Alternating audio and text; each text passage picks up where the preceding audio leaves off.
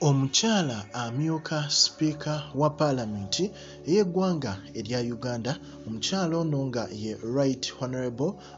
Anita among kyaddaaki omukyala oyo avuddeyo n'abanga awa ababaka ba paalamenti update ku bulamu bwa sipiika Jacob Oulanyah. Ffenna tumanyi nti bingi ebibadde bigenda mu maaso mu bulamu bwa sipiika ono era ng'ate ffenna tubadde tumanyi nti embeera gy'abaddemu ebadde nzibu nnyo to one extent nti abasinga bavaayo ne batandika okumubika, abamu ne bagamba nti omukulu ono yandibanga agenze, ate ne wabeerawo ko n'olutalaawo emabegako naddala mu bantu b'omu mambuka oba bayite mu Northern Uganda nga bagamba nti mu mbeera egenda mu maaso olw'omutitimbe gw'ensimbi gwe bamuteekamu okubanga bamutwala ebweru wali mu ggwanga erya Seattle gwaleetera abantu ab'enjawulo okwogera obwama, abamu ne bava mu bwama ne bafuna obusungu ne babyogera ne bagamba nti okusinga okuwa omutitimbe gw'ensimbi abantu b'ebweru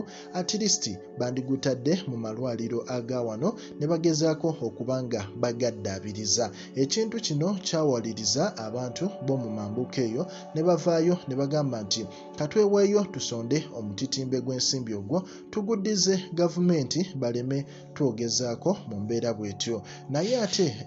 akawungezi k'olwaleero omukyala amanyiddwa nga Anita Among avuddeyo n'abanga awa update ku sipiika, bw'avuddeyo n'agamba nti sipiika essaawa zino yavudde mu kaseera akabadde akazibu kubanga ayina akaseera we yali mu kkoma ng'embeera etabuse olw'ensonga nti yalwawo okubanga afuna obujjanjabi n'obudde bwe yamala ku nnyonyi okubanga emutwala wali mu ggwanga erya Amerika bwali bungi, so bagenda omutuusa ng'ali mu kkoma. Naye amawulire ag'essanyu okuva eri omukyala oyo Anita Among ng'era agawa paalamenti ge mawulire agalaga nti omukulu Right Honourable Jacob Oulanyah nga ye sipiika wa paalamenti ow'ekkumi kyaddaaki embeera embi yandibanga agiyiseeko era nga essaawa zino atirisitiko asobola okuba nga ayina ku buweerero. Okusinziira ku ye yavuddeyo n'abanga awa update n'agamba abantu nti I would like to inform you that Speaker Jacob Oulanyah is now in a very good state. Omukyala oyo bwe yayogedde n'agamba abantu ab'enjawulo n'agamba nti he has been able to speak to many of you MPs and we thank God for that. Nti era ayina n'ababaka abamu mu paalamenti be yasobodde okubaako engeri gy'awayaawayamuko nabo nga yakava mu mbeera ya koma era nga essaawa zino embeera gy'alimu simbi era katusuubire nti era engeri gye bamuteekamu gwe mutitimbe byonna ebyali bimuluma bagezaako okubanga babijjanjaba. Yadde ate ab'oludda oluvuganya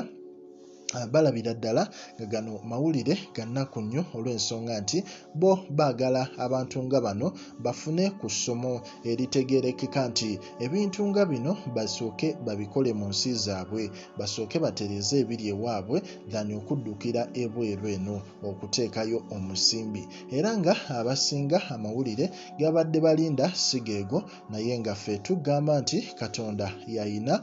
olukusa olusalawo oba omuntu agende oba asigale. Naye nga tugamba nti ku Projan Media tugamba likinga okomentinge endowooza yo era gwe omupya osubscribinge tube nga tuva mu kifo kino.